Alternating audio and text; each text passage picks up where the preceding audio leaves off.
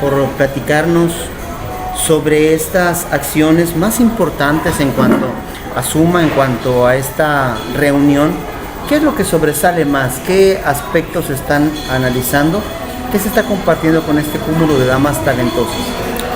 Suma viene a aportar la capacidad técnica para acompañar un proceso que implica primero decisiones políticas. Y esto fue lo que ocurrió hoy por la mañana. La presidenta del Congreso y una representación importante de las autoridades en el Estado estuvieron aquí manifestando la voluntad de trabajar el tema de los presupuestos con enfoque de género para la entidad de Sonora.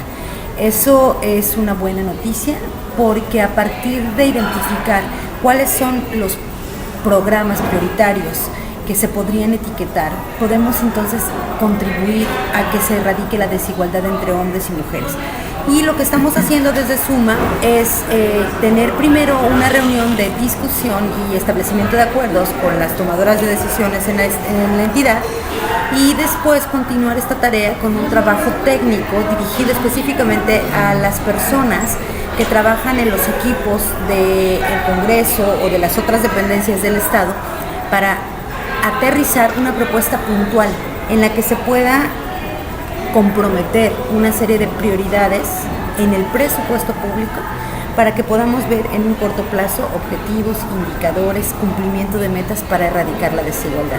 Entiendo yo que este es un proceso ya avanzado que permite a través de grupos como de Patricia Mercado, como de las mismas legisladoras, algunas asociaciones importantes que trabajan en pro de la equidad de género en Sonora, llevar a otro nivel las formas de conseguir recursos y de habilitar programas para que las mujeres puedan acceder con la toma de decisiones, como identificas, a mejores niveles de estadía.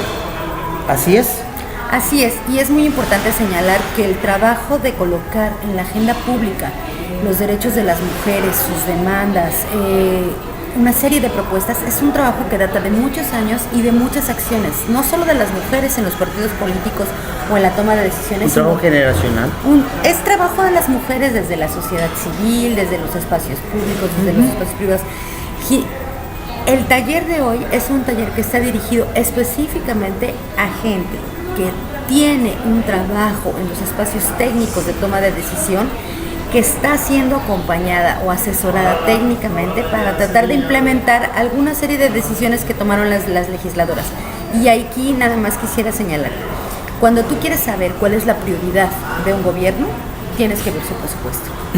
Donde pone el dinero el gobierno es donde está poniendo sus intereses. ¿Qué te dice a ti? Queremos que lo pongan para las mujeres. ¿Qué te dice a ti que, de acuerdo a las estadísticas, escuchaba yo a una diputada, a Lorena Valle San Pedro, decía ella como diputada federal que venía la Comisión de Género del Congreso a entrevistarse con el gobernador, pero analizaban que en los anteriores 10 años, 4 del actual gobierno de Guillermo Padres y además 6 de Eduardo Bus, se ha incrementado la violencia en contra de las mujeres y los problemas que no son equitativos en un 46%. ¿Qué les comenta esto? La desigualdad es un fenómeno persistente en nuestras sociedades, ha existido a lo largo del tiempo y la desigualdad genera discriminación y también tolera violencia. Lo que hemos venido demostrando diferentes organizaciones y diferentes legisladoras a lo largo de los últimos años es que con el incremento de la violencia en general en nuestro país, muy concretamente a partir de la llamada guerra contra el narcotráfico, se ha incrementado particularmente la violencia contra las mujeres. Es decir, los climas de violencia generan además espacios amplios de tolerancia a la violencia específica contra las mujeres. Y se ha venido aumentando de manera significativa el asesinato de mujeres, lo que se conoce como el feminicidio. Y el feminicidio existe porque hay impunidad, porque no se investiga, porque no se sancionan los responsables. Y esa impunidad hay que erradicarla y esa impunidad hay que combatirla, y ese fenómeno nos llama a un compromiso de Estado en donde los gobernadores, los tomadores de decisiones, se pongan a la tarea de evitar la impunidad, de proteger la vida de las mujeres.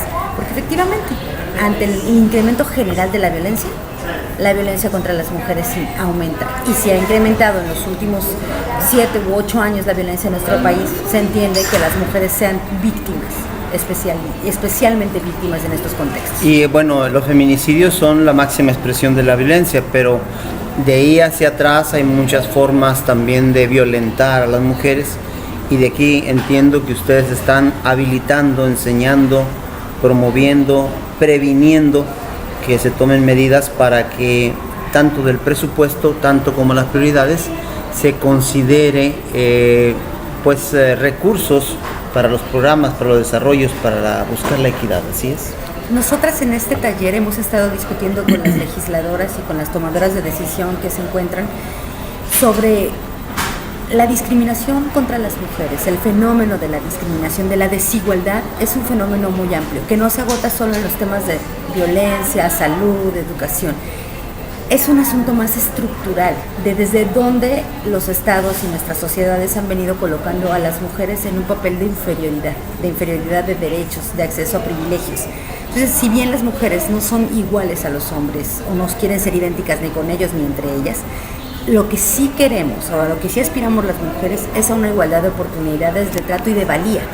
Si tú erradicas la discriminación y la desigualdad, entonces estás tratando a las personas como iguales, con igualdad de derechos y de privilegios, y entonces la vida de una mujer, la seguridad de una mujer, vale tanto como la de cualquier hombre, como la de cualquier otra persona.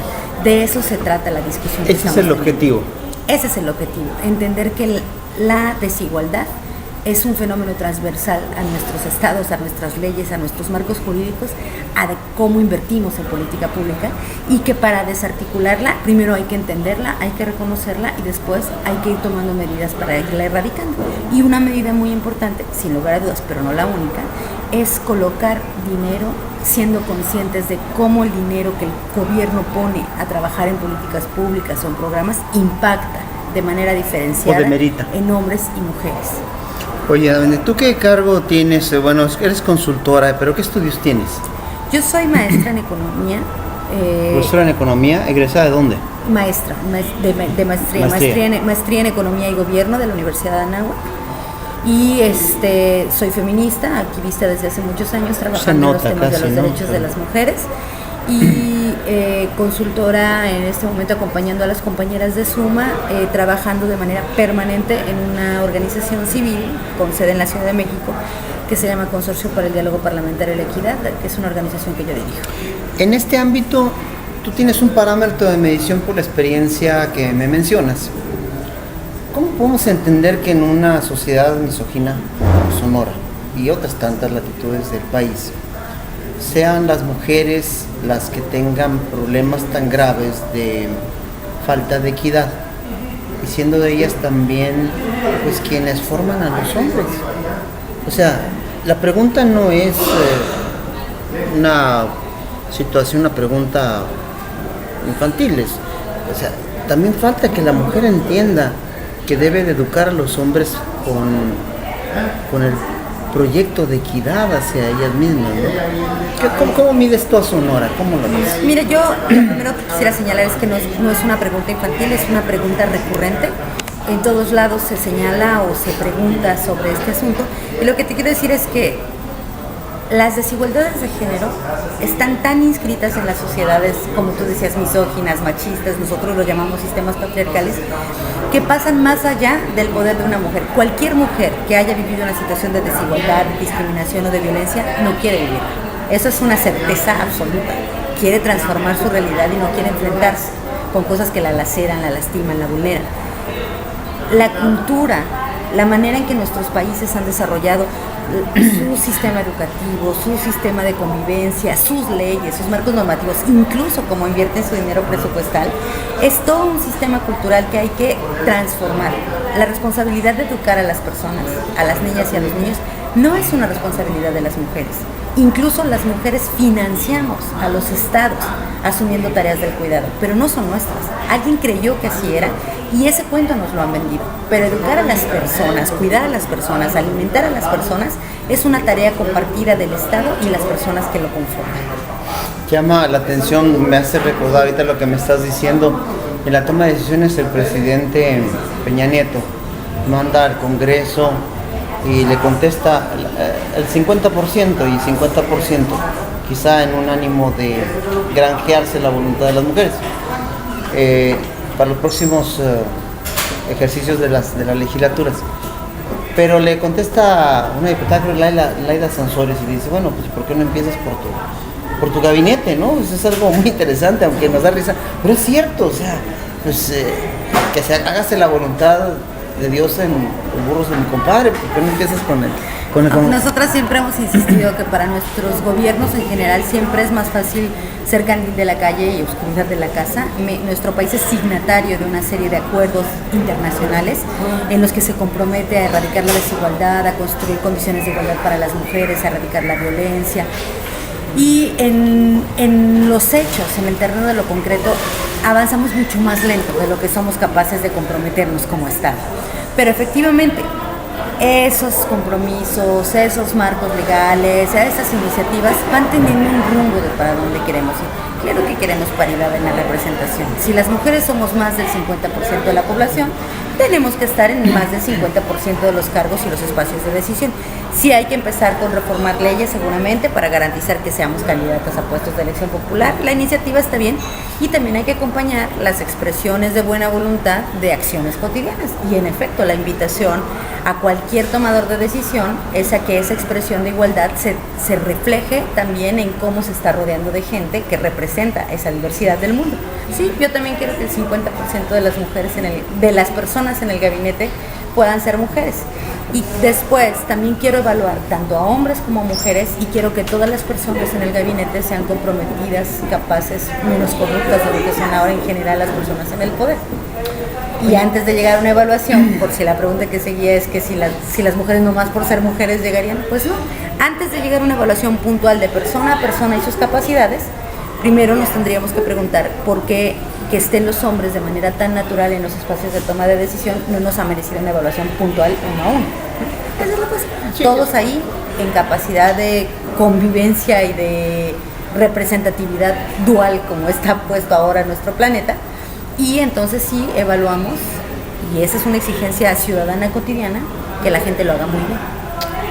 Pues yo creo que es interesante, veremos qué es lo que se está sembrando aquí, y a futuro seguramente estaremos cosechando una sociedad más equitativa, mejor informada, más dispuesta a reclamar sus espacios por las mujeres, pero también una sociedad que no se conforme y que busque por el lado de las mujeres esa igualdad, que somos merecedores de lo mismo, con el mismo esfuerzo, pero el mismo resultado, ¿verdad? Así es. Yo les decía hoy a las mujeres aquí, ¿sí?, en el taller, que lo que nosotras estamos pensando es que en un mundo donde se construye la igualdad, se está construyendo la democracia. Y que en un mundo donde hay democracia, hay ciudadanos que conocen sus derechos y que exigen ejercerlos. Y eso es la apuesta, ¿no? De hecho, es el logo de Zoom: democracia es igualdad. Gracias.